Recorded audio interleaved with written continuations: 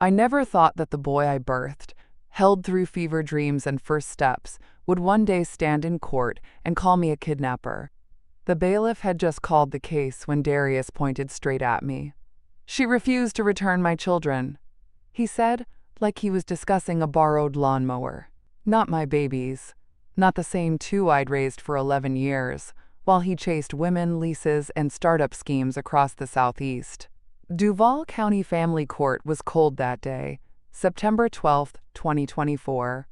They always keep it cold in those courtrooms, as if freezing the air could cool the heat of betrayal. I sat still, in a navy blouse I'd ironed that morning, my hands folded in my lap. But inside, I was on fire. The judge, a short Dominican woman named Morales, raised her eyebrows and looked from Darius to me. I met her eyes directly. "Miss Sinclair," she said, "do you have anything to present to the court?" I reached into my leather tote and pulled out a sealed manila envelope. It had lived undisturbed at the back of my bedroom drawer since July 2013. I stood and walked to the bailiff. "This," I said, "contains a notarized guardianship agreement, signed by Darius himself, dated August 3, 2013, witnessed." The courtroom paused. You could feel it, like everybody inhaled at once and forgot to let go. Judge Morales held the envelope in her hands but didn't open it. Instead, she looked at me. "Do the children know?" I swallowed hard. Not yet. That was the truth. Dora knew something wasn't right. She was 12, after all, and too smart for the half-truths I'd been feeding her. Micah was only 9. He still cried for his daddy sometimes, even though that man hadn't come to a single parent-teacher conference in over a decade. From the corner of my eye, I saw Darius flinch, just a twitch at the mouth. He hadn't expected me to come with anything more than tired tears and Sunday school humility. He should have remembered who raised him. That envelope held 11 years of silence, of sacrifice, of standing between those babies and the world. 11 years of asthma attacks, math homework, hair grease, school pickups, scraped knees, and birthday candles blown out in a duplex in Arlington. And now we were here. Courtroom 4B, one accusation away from erasure. I sat back down and looked straight ahead. The judge hadn't ruled yet, but I already knew. Nothing about this was going to be quiet. 3 weeks before that courtroom showdown, I was sitting at my kitchen table with school forms fanned out like playing cards, a stack of pediatric receipts beside them, and a photo of Dora at her last birthday smiling with cake on her chin. The fight hadn't started yet, not out loud, but something in the air had already shifted. August in Jacksonville brings heat that sticks to your skin like syrup. Even with the window unit humming in the kitchen, I could feel sweat gathering under my collar as I reviewed Dora's 7th grade immunization forms. Micah's inhaler prescription was nearly up. My pen tapped against the Medicare card. This was my life, and had been, ever since Darius dropped those babies on my porch in 2013 and vanished like smoke and wind. People call me Mama Cece. My given name is Cecilia Sinclair, but children never bother with formalities when you've wiped their noses and held their hands through nightmares. Mama Cece fits. It always did. I live in a duplex on Cesare Boulevard in Arlington. Nothing fancy, but clean. One half is mine. The other I rent to a quiet Army vet named Mr. Bellamy, who keeps to himself and hands me his half of the water bill like clockwork. My own income is stitched together from a $462 monthly SSA caregiver stipend, my retirement from 30 years at Memorial Hospital, and part-time hours doing paperwork at Greater Hope AME under Pastor Elise. That Sunday, I had just finished balancing my August ledger. Even without child support, which Darius never so much as whispered about, I'd kept us steady. 11 years of tax filings, all clean.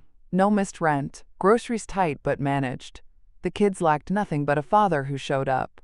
I remember staring at those receipts and realizing something bone deep.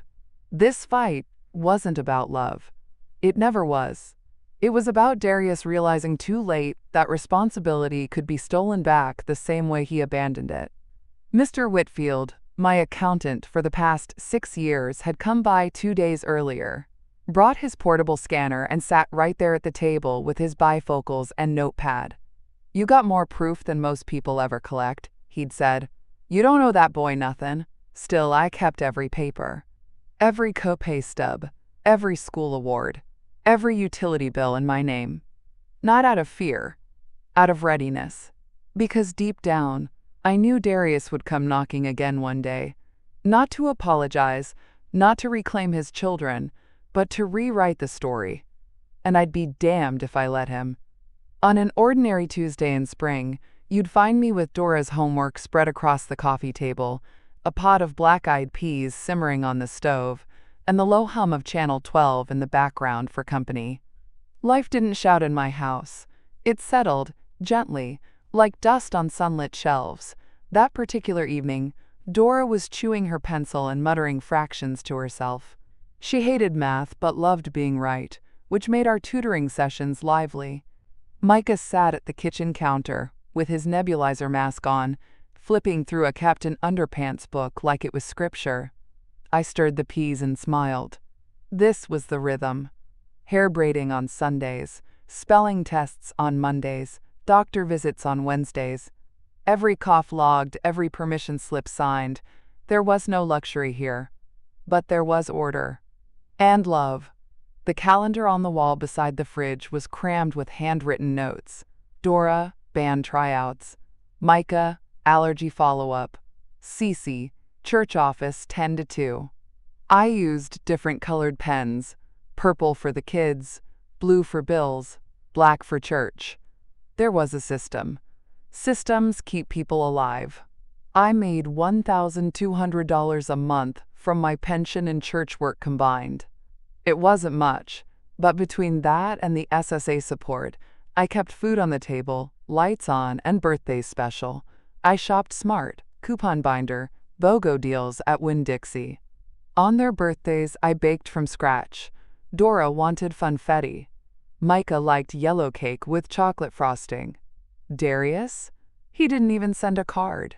Not for Dora's first dance recital in 2019, or Micah's emergency appendectomy in 2021. Not for Dora's straight A report card, the one she folded up and tucked into the front of my Bible. Not even when Micah won second place at the science fair, with a volcano we built using vinegar and prayer. The kids stopped asking about him by name, sometime around 2020. They started saying my dad, like he was a footnote in a textbook. Still there, just irrelevant. I remember once, last spring, I was untangling Dora's hair before school, and she said, "Do you think my real mom would have let him leave us?" It was the first time she used that phrase. Real mom. As if I wasn't flesh and bone in her life, making waffles and paying dental bills. I kept brushing, didn't say a word. Some questions don't deserve answers until the asker's ready.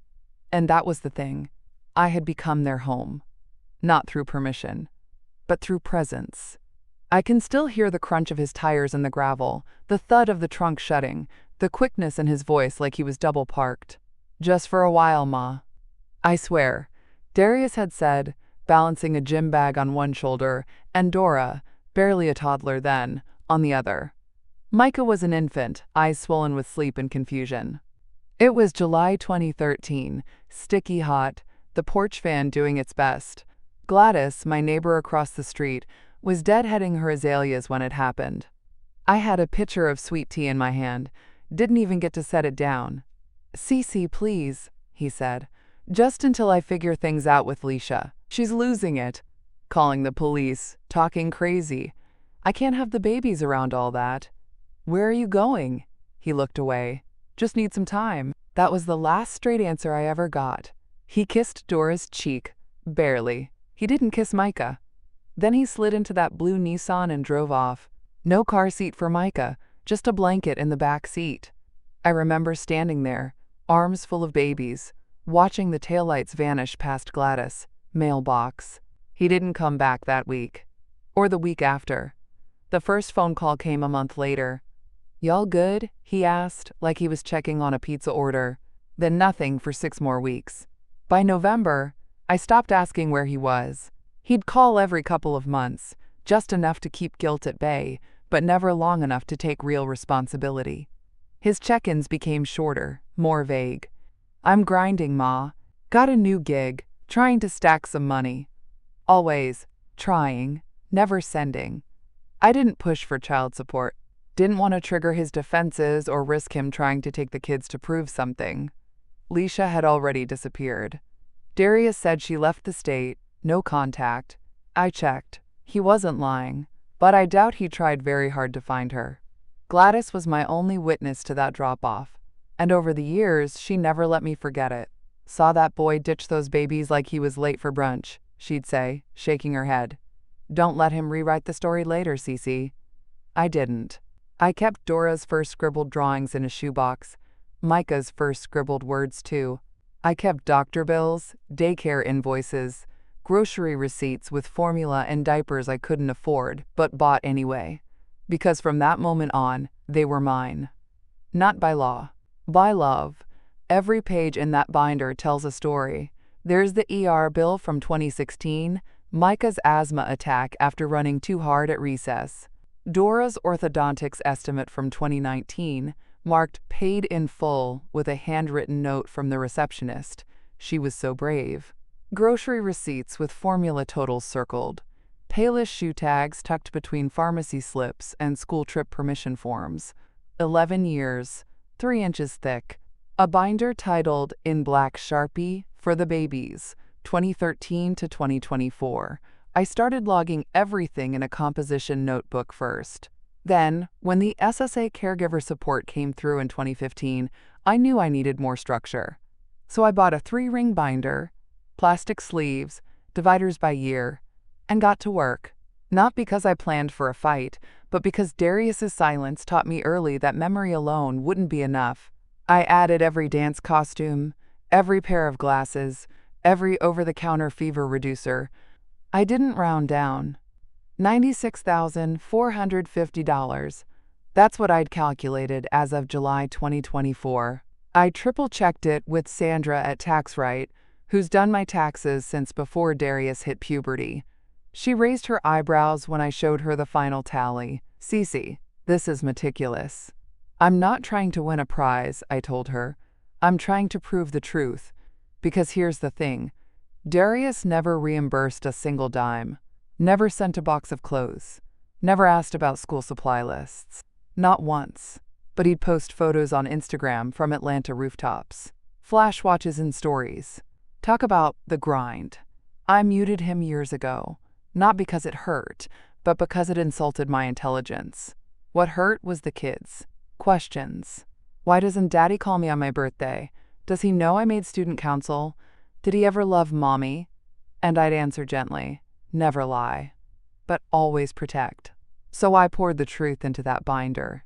It lived in my linen closet, between the heating pad and the spare batteries. Every month I added to it electric bills, school fees, the receipt from the navy dress Dora wore to her first middle school dance. Proof that I showed up. Proof he didn't. And when Sandra helped me add up the totals, every tax year, every expense, I felt something shift in me. I wasn't just a caregiver. I was a damn ledger. Itemized. Verified. Accountable. That's when I knew. If he ever tried to take those kids, I wouldn't beg. I'd submit evidence. The first sign something was off came on the tail end of the 4th of July weekend. July 5th, 2024, the air still smelled of fireworks and charcoal. Micah had just finished his second helping of ribs, and Dora was on the couch in her sleep bonnet, scrolling through her phone when the knock came. It was Darius. He stood on my front step in pressed jeans and cologne, too thick for daylight. Behind him, parked haphazardly in the driveway, was a white SUV blasting music low enough to feel like a threat. A woman sat in the passenger seat, sunglasses on, window halfway down. She didn't smile. "Hey, Ma," he said, too casual. "Thought I'd swing by and pick up the kids for the weekend." No call, no heads up, no bag packed. I didn't answer right away. I just stared at him. "Where you taking them?" He looked back at the car. "Just around. Chill. Spend some time." Dora appeared beside me like a shadow. Her voice was flat. "That lady don't like us." "Dora!" Darius snapped. "Too fast." I stepped between them. "Darius," I said, keeping my voice steady, "you can't just show up after years and expect to walk off with these children like they're spare jackets." His jaw clenched. "They're my kids. You remember that now?" He started to argue, but the woman in the SUV honked, twice, sharp. Darius looked back, then rubbed the back of his neck. "Look, I'll bring them back Sunday night. It's just a weekend." "No." I took out my phone and texted him before he could reply. 7:32 p.m., July 5th, 2024. "You can't just show up after years. We need to talk before anything happens." He read it, scoffed, and left without another word. No goodbye to the kids, no plan to call. Later that night, Dora sat at the kitchen table drawing quietly.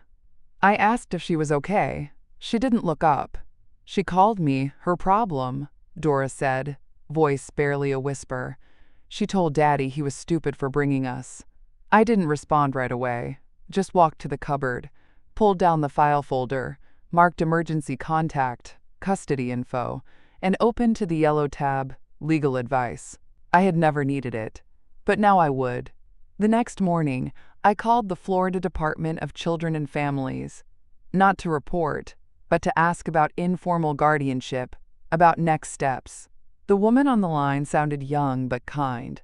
She told me I had rights, and suddenly I realized how fast things could change. Darius had remembered he was a father, but I had never forgotten I was their mother. Less than 4 weeks later, it wasn't a knock on the door. It was a knock from my mailbox, August 2nd, 2024. A Tuesday. Hot again, but different. That kind of heat that coats your teeth. I had just gotten home from the church office when I saw it. A manila envelope crammed between the water bill and a Winn-Dixie flyer. My name typed, not handwritten. No return address. Inside, folded with courtroom precision, was a summons from Duval County Family Court. Petitioner, Darius L. Sinclair. Respondent, Cecilia M. Sinclair. My hands shook so hard the mail fluttered to the floor. He was filing for full custody. Not shared, not visitation. Full. The petition read like fiction. He claimed I had willfully and continuously refused contact, isolated the minors, and, quote, kept them hidden from their biological father. He even listed an address in Orange Park as the kids' last known residence with legal parent. I stood in my living room, reading his lies aloud to the silence. Micah walked in holding a box of crayons. "Grandma, why are you whispering like a movie?" I tucked the pages behind my back. "No reason, baby, just reading something dumb." That night, after dinner, I waited until the kids were in bed. I poured myself some tea, then called Naomi Beach, an attorney I knew from Greater Hope. She'd spoken at a community seminar about elder law and guardianship rights. I kept her card in a drawer under the batteries. She answered on the second ring. "I got a situation," I said. I told her everything, from the porch in 2013 to the binder in my closet. She listened without interrupting. When I finished, she asked, "Do you have anything signed?" "I might," I said. "It's in an envelope. From my husband. Been sitting sealed since he passed." "Then don't open it." "Not yet," she said. "Bring everything to my office on Union Street. Tomorrow." I did. And as Naomi leafed through the fake petition from Darius, her face changed. "This isn't just lazy," she said. "This is dangerous." "He thinks I'm scared," I said. "Are you?" "No," I said. "But I'm mad." Before I left, Naomi gave me a checklist. Gather school records, medical forms, tax returns. "We're going to build a timeline," she said. "Start to finish. Make it clean. Make it tight." Darius had gone legal, so now I would too. But the difference was, I had proof. He had paperwork. I had a history. 4 days later, the school called. It was a Monday, August 6th, 2024. The kind of morning where the sun hits just wrong, sharp, like an interrogation light. I had just dropped Dora and Micah off at school and was back home folding towels when the phone rang. "Miss Sinclair?" the voice on the line asked. "This is Ms. Hargrove, principal at Oak Hollow Charter. We need to speak in person. It's about the children's custody file."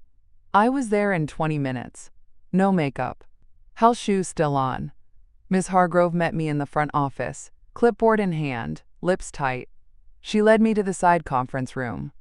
It smelled like expo marker and suspicion. "Darius Sinclair came to withdraw the children last Friday," she said. "Claimed he was re-enrolling them at a school closer to Orange Park." I froze. "But he's not listed on any of their current school records as the custodial parent. You are." His request was flagged. She handed me a printed email, the school's internal report. August 2nd, 2024, 2:39 p.m. Subject: Withdrawal request by unauthorized parent, Dora and Micah Sinclair. I read it 3 times. "He said I'd kept them from him," I said. Ms. Hargrove nodded. "His story didn't line up. When we asked for documentation, he got defensive. Then left." I closed my eyes and breathed deep through my nose. "This is real now," I whispered. "Yes, ma'am," she said. "It is." I drove straight to Naomi's office and handed her the email. She didn't flinch. "We're filing a temporary injunction," she said. "Right now." We filled out the paperwork that same afternoon. Petition to prevent removal from current school district. Motion to maintain status quo until custody reviewed. We faxed it to the courthouse, and Naomi submitted a digital backup through the portal. Then I went home, sat on my porch, and stared at my locked mailbox like it might explode. Dora came home talking about a group project. Micah said his inhaler felt low. I nodded and smiled, and did all the normal things. But inside, I was steel.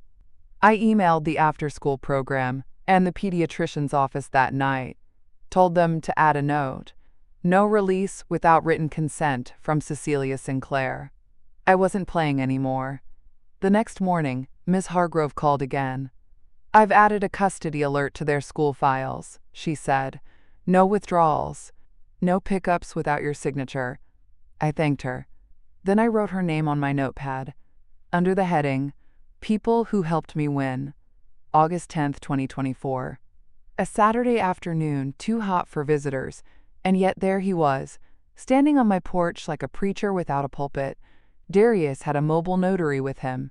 She was in her mid-40s, brown ponytail, clipboard in hand, like she'd been hired off Craigslist with no questions asked. Her car idled at the curb. Darius looked tired but slick. Ironed shirt, fresh lineup, fake calm. "Ma," he started, with a syrupy drawl I hadn't heard since he was in trouble at 17. "Let's end all this court nonsense. I brought something to settle things peaceful like." He held up a document already stapled, already highlighted. The notary smiled like this was a birthday party. "It's a voluntary guardianship transfer," he said, "for mutual benefit."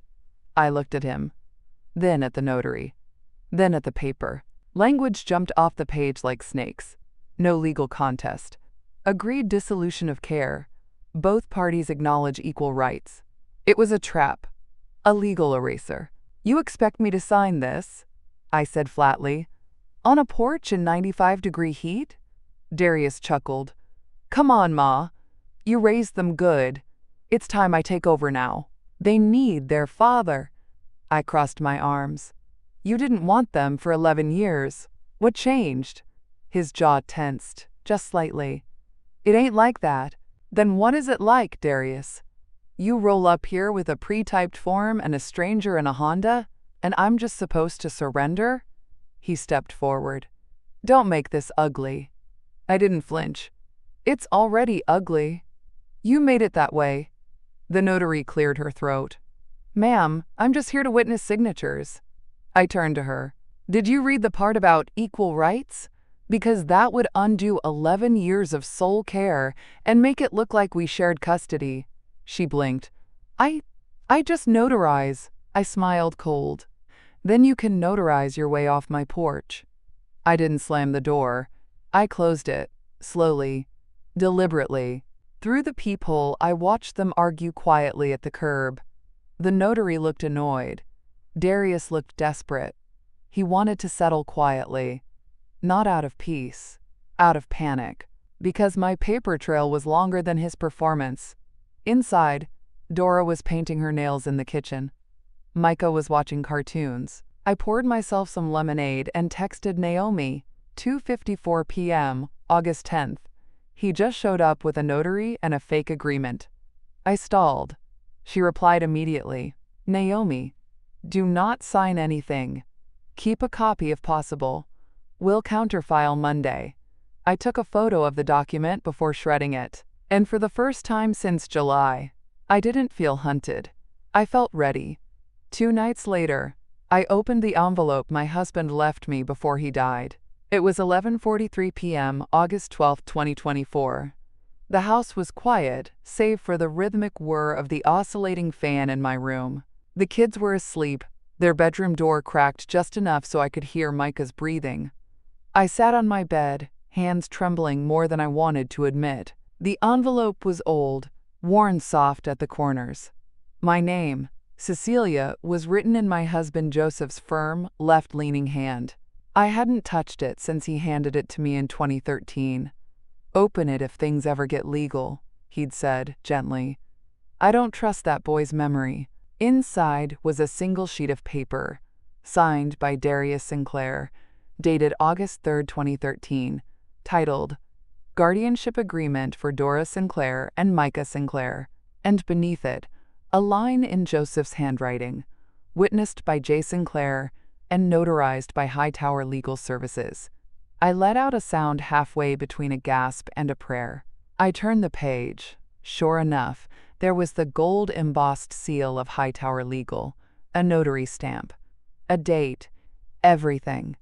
Joseph had done it without telling me, had driven Darius downtown, sat him in an office, and made him sign his own children over, quote, for the duration of unresolved parental incapacity, which, given the drugs, the evictions, and the missing persons reports on Leisha, they had documented.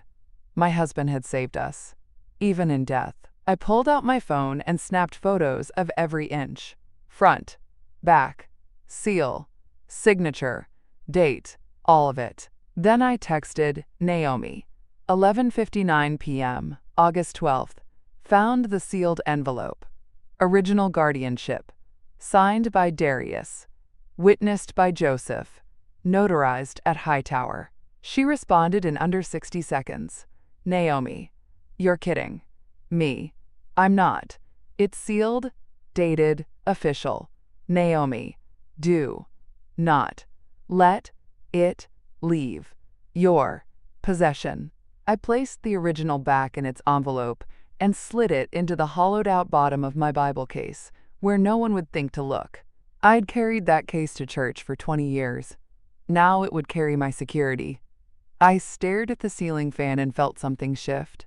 Darius had finally texted earlier that day, 5:22 p.m., August 12th. If you don't cooperate, I'll press charges. You're in over your head. But he had no idea. Because now, the head he was swimming over was mine, and I was done treading water. August 14th, 2024. I put on my good blouse and went to the Social Security office on Beach Boulevard with my file folder and a bottle of water. The heat was merciless, but I walked in steady. Micah and Dora's monthly benefits from their mother's death had been assigned to me as caregiver since 2015. What Darius didn't know, what he had no right to know, was that I'd caught wind he was trying to redirect the checks. He sent me an email the day before, slick as ever. Subject, SSA updates Hey Ma. I was thinking maybe it makes more sense for me to be the one handling the kids' benefits. Can you switch the representative payee to me? I'll take good care of it. Let me know. Like it was a light bill. I didn't respond. Instead, I made an appointment with Ms. Eubanks at SSA, who'd helped me when I first applied. Her smile was as tight as her bun when she saw me. Mrs. Sinclair, it's been a while. Yes, ma'am. I need to make a change. I pulled out the paper she'd given me years ago. SSA Form 11, Change of representative payee. She reviewed it, clicked around her screen, then frowned. There was an inquiry logged last week, a request to change payee to Darius L. Sinclair. She didn't say it with judgment, just warning. Said he was the biological father, claimed you'd relinquished care. I handed her a copy of the notarized guardianship form and whispered, "No, ma'am. I have not relinquished anything." She reviewed it slowly, eyes narrowing. "This is rock solid," she said. Then she stamped the form and slid a receipt across the desk. "Your name stays on the account. Benefits stay uninterrupted.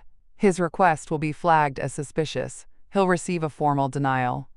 I exhaled for the first time all day. Before I left, she leaned in and lowered her voice. "Just so you know, you're not the first grandmother I've seen outfight a deadbeat, but you're the most prepared." I thanked her and walked out into the heat. On the ride home, my phone buzzed again. "Darius, heard you went to SSA." That was low. I didn't respond, because what he called low, I called responsible. When I got home, I placed the stamped SSA receipt in the binder, right under the July food ledger. Then I changed the PIN on my online account. Darius could spin all the stories he wanted, but the checks were in my name, and the babies were still in my house. August 20th, 2024. It rained all morning. One of those Jacksonville storms that turned roads to rivers and made everything smell like wet concrete and moss. I packed up my tote and headed to the public library on University Boulevard, the only place where I could scan documents for free, uninterrupted. The old scanner room in the back had that dry paper smell I loved. It was quiet, cold, and full of resolve. Tyra, the library tech, saw me lugging my plastic file box and raised an eyebrow. "You writing a memoir, Miss Cece?" "No, baby," I said. "I'm about to win a custody war." She whistled. "Say less." I started scanning everything. The guardianship form, 11 years of school forms, attendance logs, report cards, pediatrician visit summaries, immunization records, allergy plans, asthma action plans, every utility bill with my name and the kids, address, birthday invitations, church camp waivers, field trip slips, dentist visits, even Dora's first grade handwriting assignment. I love my Mama Cece because she makes pancakes on Wednesdays. By hour 2, I was crying, silently. Not because I was sad, but because the paper told the truth better than any testimony could. Each scan beeped like a heartbeat. I built folders labeled by year 2013 through 2024 and backed everything up to a Google Drive Naomi had set up for the case. I even brought an encrypted USB drive Tyra helped me password protect. "Put that in your bra, Miss Cease," she said, smiling. "Ain't nobody gonna subpoena that." I laughed harder than I had in weeks. Before I left, I printed a copy of the drive index, 112 files, 4.3 gigabytes, 11 years of proof. I emailed Naomi a link with the subject line, "Everything. Ready." She replied in minutes. "Naomi, Cece, this is gold. You just handed me the case." At home, I tucked the USB inside the zipper lining of my church purse, the one I only brought out for Easter or funerals. Micah came home with a paint-smudged t-shirt. Dora had a flyer for the 8th grade dance. They didn't ask why the dining table was full of folders. They were used to Mama Cece's paperwork. It was part of their life. That night, I watched them sleep, and I promised. No one was going to erase our history. Darius wanted to spin a new story, but I had the whole archive and a PDF backup. August 23rd, 2024. I was in the church kitchen at Greater Hope AME, kneading dough for the Saturday bake sale, when the idea struck me. I needed not just receipts, I needed witnesses. Naomi had said it plain. Judges don't just want paper, Cece. They want people, testimony. So I called Pastor Elise first. She'd known my family for over 20 years, ever since Darius was running around in choir robes and tripping over his own shoelaces. When I told her what was happening, she didn't even hesitate. "You want me to speak truth in court? You just say when." She promised to call Mrs. Carter from Sunday school and Deacon Wallace from the after-school tutoring program, both of whom had known Dora and Micah since they were in diapers. Then I texted Ms. Hargrove at the school. 3:42 p.m., August 23rd. Would you be willing to write a letter for the court? Anything about my role with the kids? Pickups, meetings, care? Her reply came in 5 minutes. Absolutely. You've been the only consistent guardian they've had. I'll have it notarized. Next, I called Sandra at TaxRight. Do you still have the expense summary we totaled? She laughed. You mean the C.C. Sinclair war binder? I got backups on 2 hard drives. I'll print an affidavit to go with it. I wrote each name down, slowly, on the back of my grocery list.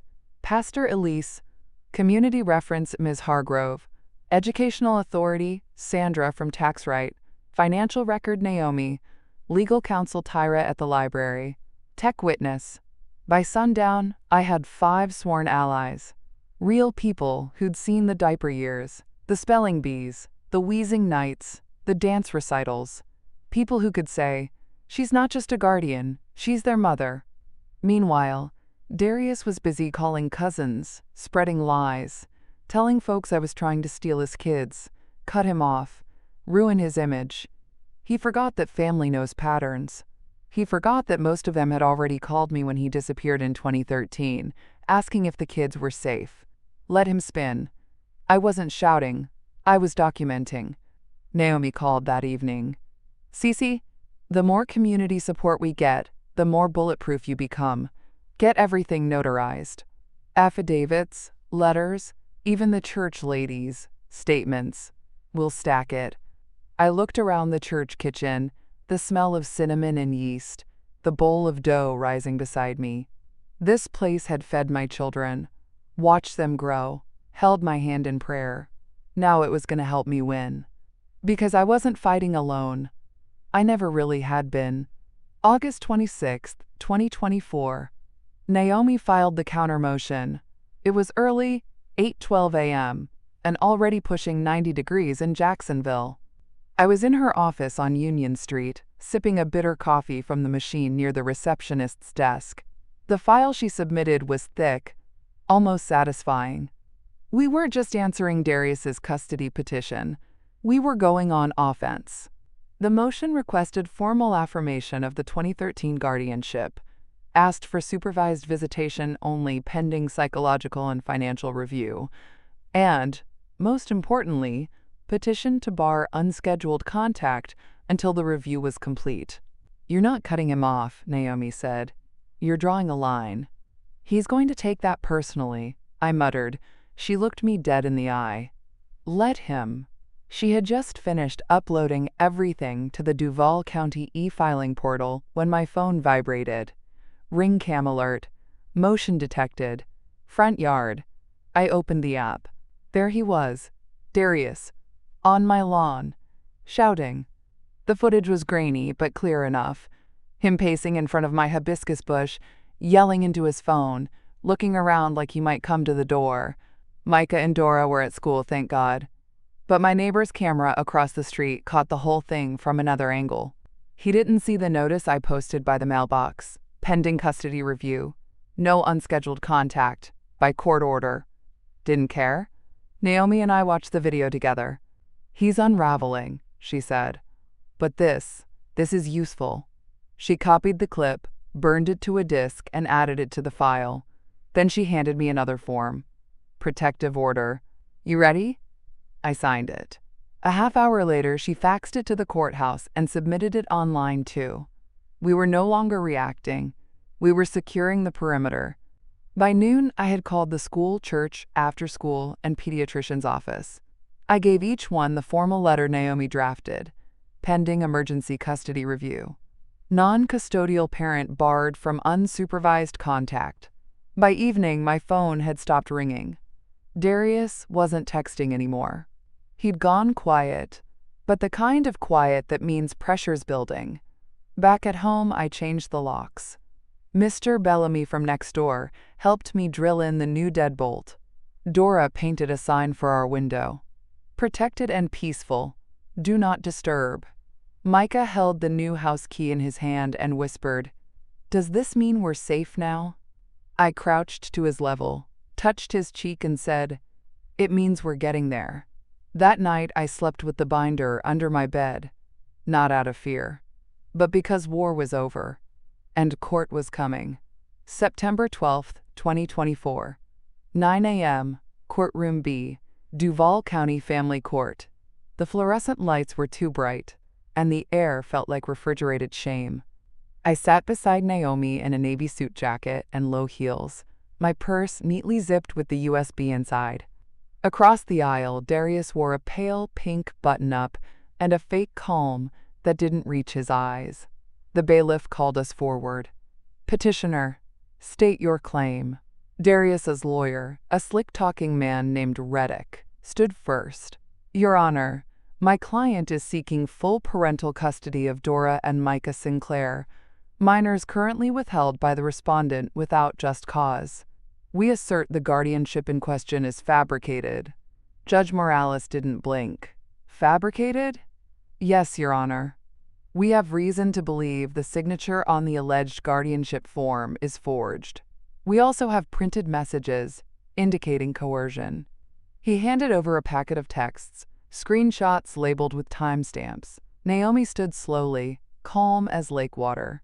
We reject this accusation outright, and we request an immediate in-camera review of the original document, still sealed, Your Honor.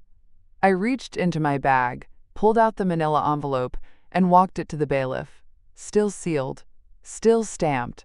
Darius leaned forward. That's not. Mr. Sinclair, Judge Morales interrupted, sharp as a gavel. You'll wait to be addressed. He slumped back in his chair, eyes twitching toward the envelope like it might explode. The judge examined it. Front, back, seal, signature. We'll recess, she said. Court will reconvene at 3 p.m. This document will be verified in chambers. She turned to Naomi. Counselor, if this holds, your client's credibility and protection will be significantly strengthened. Naomi nodded. That's the goal, Your Honor.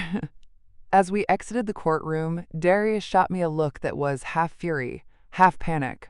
I didn't flinch. Outside, on the courthouse steps, Naomi put a hand on my shoulder. He just accused you of forgery in a courtroom, she said. And we just gave the court the truth, I replied. She smiled. Let's finish this. We had lunch in the courthouse cafeteria. Turkey sandwiches and strong coffee. I stared at the clock the whole time. Because I wasn't afraid anymore, I was ready for the unsealing. Not just of the envelope, but of the whole silent truth that had been waiting, sealed up inside me for 11 long years. At 3 p.m. we would return to courtroom B. And Darius? He'd finally run out of words. At 3:17 p.m. we returned to courtroom B. The overhead lights buzzed, the air thick with tension. Even the clerk looked like she was holding her breath. Darius sat with his arms crossed, foot tapping too fast. His lawyer whispered something, but he didn't nod, didn't move, just stared at the judge's bench like he could will the outcome with spite alone. Judge Morales re-entered, holding the envelope in one hand and a folder in the other, her face unreadable. She sat, looked up, and said, "The document has been verified." She glanced at me. "Mrs. Sinclair, would you like the court to read it into record?" I stood. My knees didn't shake. "Yes, Your Honor, I would." A murmur rippled through the gallery. 2 rows of curious strangers, and 3 of Darius's cousins who hadn't called me in years. The judge opened the envelope slowly, deliberately. Then she read, Guardianship Agreement, August 3, 2013. I, Darius L. Sinclair, do hereby grant full and ongoing guardianship of my children, Dora Sinclair and Micah Sinclair, to my mother, Cecilia M. Sinclair, during a period of parental incapacity. She continued through 2 pages, Joseph's witness signature, the notary seal from Hightower Legal, and the clause about legal validity unless formally revoked by court action. Her voice was steady. No drama. Just facts. When she finished, she set the papers down and looked directly at Darius. "Mr. Sinclair, this document is authentic, signed by you. properly witnessed, properly notarized, filed with an accredited legal service. Do you dispute its validity now? Darius opened his mouth, then shut it. His lawyer leaned toward him, but he wouldn't look away from the bench. He started. I didn't remember signing anything. The judge's eyebrows lifted. Then perhaps this is a lesson in memory. And documentation. She turned back to me. Mrs. Sinclair, the court thanks you for your diligence. You may be seated. I sat down slowly, my pulse loud in my ears. Naomi gave my hand a quiet squeeze. That was it, she whispered. That was the reveal. The clerk recorded the verification. The stenographer typed each line. The bailiff reset the seal. Darius stared at the table in front of him. Because no matter how loud he'd lied, the truth had come in soft. Signed. Sealed. Confirmed. I looked across the room, not at him, but at the judge, and said gently, "Now the court knows. That's all I needed." Because justice doesn't always arrive with sirens. Sometimes it enters quietly, in an envelope that waited 11 years to be opened. At 3:45 p.m., Naomi stood and said, "Your Honor, with the court's permission, we'd like to enter into evidence a visual record of care." Judge Morales nodded. "Proceed." Naomi dimmed the courtroom lights, and the projector buzzed to life. One by one, the years unfolded. 2013. A photo of Dora asleep on my chest, bottle in hand, Micah swaddled nearby. 2014. Pediatric appointment summary with my signature. Dora's scribbled crayon art. I love my grandma CC. 2015. Micah's first ER visit. Nebulizer receipts. Dora's daycare photo, with 2 missing front teeth. 2016 to 2019. School award letters. Field trip waivers. Birthday cakes I baked. Funfetti for Dora. Yellow with chocolate for Micah. 2020. Zoom class login sheets. My Wi-Fi bill highlighted. Dora's handwritten thank you note. Thank you for helping me not be scared of the virus. 2021 to 2023. Micah's allergy test bills. Dora's 8th grade report cards. Vaccination records. Church program flyers. Camp registration forms. Each image stayed on screen for 5 seconds. Long enough to see. Long enough to remember. By the time 2024 rolled in, tax records, school correspondence, the emergency injunction, I could hear sniffles in the courtroom. Not from me, not from Naomi, from the gallery. Darius looked like he wanted to disappear into the seat. Naomi returned to the front and handed the judge a printout. Exhibit 14. Financial ledger. Sinclair household care costs, 2013 to 2024. $96,450. Sandra from TaxRight had verified every line. Utilities, groceries, medical copays, school fees, gas to doctor's appointments, camp registrations, the cost of raising 2 children on a nurse's pension and prayer. Your Honor, Naomi said, this isn't a guardianship born of convenience. It's one maintained with consistency, sacrifice, and documented evidence. She let that hang in the air. Then she said, "We rest." The judge looked down at the packet, thumbed through a few pages, and closed it. "Mr. Sinclair," she said, turning to Darius, "do you have any evidence to rebut this?" He looked at his lawyer. His lawyer looked at the table. "No, Your Honor," Reddick said. "Do you have any proof of regular financial support, engagement, or consistent presence in the minors' lives?" Silence. "No, Your Honor," he said again, this time quieter. Judge Morales wrote something in long strokes, underlining twice. The projector clicked off. The lights came up. My hand never left my lap, because I had already laid it all out. Every diaper, every doctor, every dance recital. On record. On file. On display.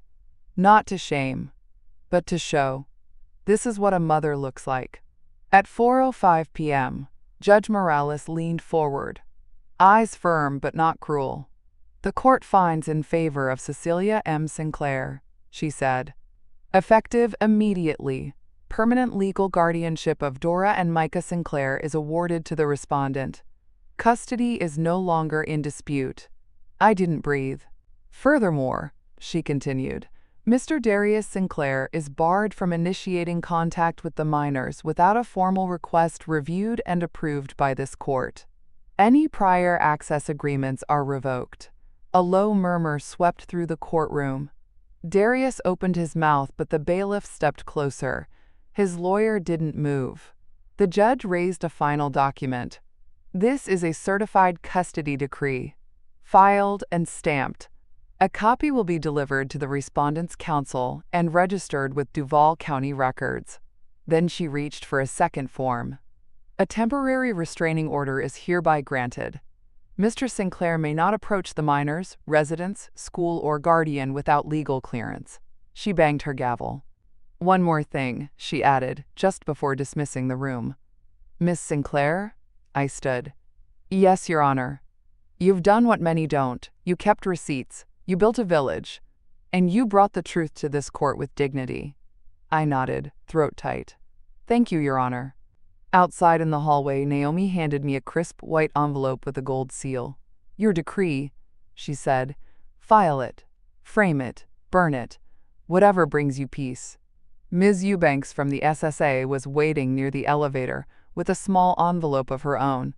She pressed it into my hand. "New cards for the kids," she whispered. "Your name only." "As it should be." I gripped both envelopes and nodded. Naomi stayed by my side as Darius stormed past, flanked by his lawyer and two angry cousins. The bailiff didn't let them speak to me. They didn't try. That part of the story was closed. By 5:12 p.m., we were back at my duplex on Cesare Boulevard. The cicadas had started up, and the sky turned the color of stone-washed denim. I changed the porch light bulb, the one Darius once unscrewed to save the bill, and slipped the gold-sealed decree into the family binder under 2024. Then I reached into my bag and pulled out a shiny new set of keys. Dora and Micah were at the kitchen table, doing homework like nothing happened. "Kids," I said gently, "these are ours now." Micah smiled. Dora nodded once. No applause, no speeches. Just a small, permanent shift in the air. That night, I locked the door behind us with a click that sounded like justice, because they tried to erase me. But I documented everything. And I endured. Not out of spite, but out of love. A mother's love. Signed, sealed, delivered. Mine.